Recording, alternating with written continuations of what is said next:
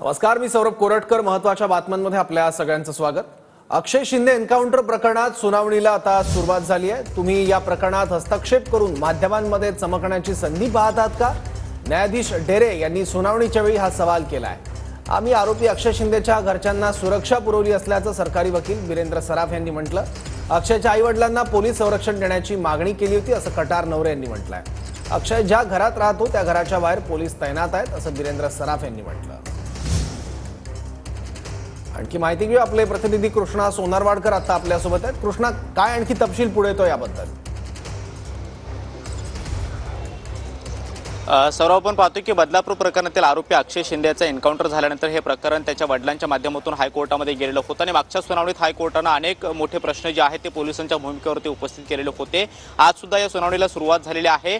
न्यायमूर्ती रेवती मोहिते डेरे आणि पृथ्वीराज चव्हाण यांच्या खंडपीठासमोर ही सुनावणी होते आहे आणि अक्षय शिंदेच्या वडिलांचे वकील अमित कटारनवरे यांना हायकोर्टानं झापलेलं आहे की तुम्ही या प्रकरणामध्ये हस्तक्षेप करून किंवा ज्या काही मुद्दे तुम्ही मांडत आहात ते तुम्ही माध्यमांमध्ये चमकण्यासाठी मांडत आहात का, असा प्रश्नच न्यायमूर्ती रेवती मोहिते डेरे यांनी सुद्धा त्यांना विचारलेला आहे। त्याचबरोबर अक्षय शिंदेचा एन्काउंटर नेमका कसा झाला यावरती आता युक्तिवाद होत आहेत। न्यायाधीशांकडून काही प्रश्न मागच्या वेळेसारखेच उपस्थित केले जात आहेत की अक्षय शिंदेला गोळी लागलेली होती, त्याच्या व्यतिरिक्त ज्या 2 गोळ्या झाडल्या गेलेल्या होत्या त्या नेमक्या कुठे लागलेल्या होत्या आणि राज्याचे महाधिवक्ता बिरेंद्र सराफ हे स्वतः न्यायालयामध्ये सरकारची बाजू मांडतायत आणि त्यांनी दिलेल्या माहितीनुसार गाडीच्या खिडकीला आणि गाडीच्या आतल्या भागाला लागलेल्या गोळ्या ज्या आहेत त्या गाडीच्या बाहेरच्या बाजूने निघाल्या अशी माहिती सुद्धा त्यांनी दिलेली आहे। सगळ्यात महत्त्वाचं जे फॉरेन्सिक रिपोर्टची विचारणा न्यायाधीशांकडून केली गेलेली आहे त्यावरती सुद्धा उत्तर देण्यात आलेलं आहे आणि सगळ्यात महत्त्वाचा प्रश्न न्यायाधीशांच्या माध्यमातून आणखी एक विचारण्यात आलेला आहे, तो म्हणजे अक्षय शिंदेच्या हातातल्या बेड्या का काढण्यात आलेल्या होत्या।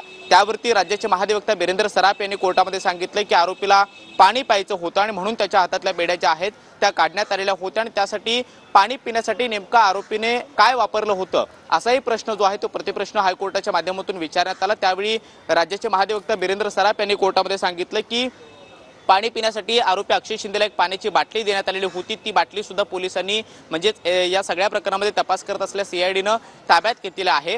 त्याच बाटलीच्या माध्यमातून त्याला पाणी पिण्यासाठी देण्यात आलेलं होतं अशी माहिती सुद्धा देण्यात येते आहे। आरोपी अक्षय शिंदेचा एन्काउंटर झाल्यानंतर हायकोर्टाच्या माध्यमातून अगदी ताशेरे ओढण्याची भूमिका ही मागच्या सुनावणीत घेण्यात आलेली होती आणि आता आपण पाहतो की पुन्हा एकदा तेच प्रश्न उपस्थित केले जात आहेत।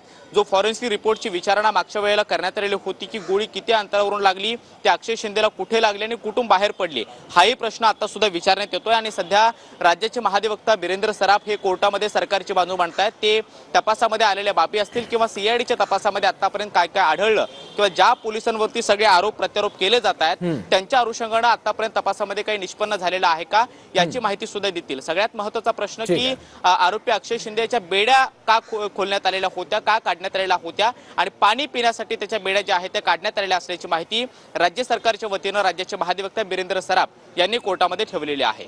सौरभ, ठीक आहे कृष्णा, धन्यवाद या महत्त्वाच्या अपडेट्स बद्दल। अक्षय शिंदे एन्काउंटर प्रकरणात हायकोर्टात सुनावणी सुरू आहे। अक्षयच्या आई वडिलांनी संरक्षणाची मागणी केली होती असं कटार नवरे म्हणाले, तर अक्षरशः घराबाहेर आता पोलीस बंदोबस्त तैनात असल्याचं सरकारी वकिलांनी कोर्टात सांगितलं आहे।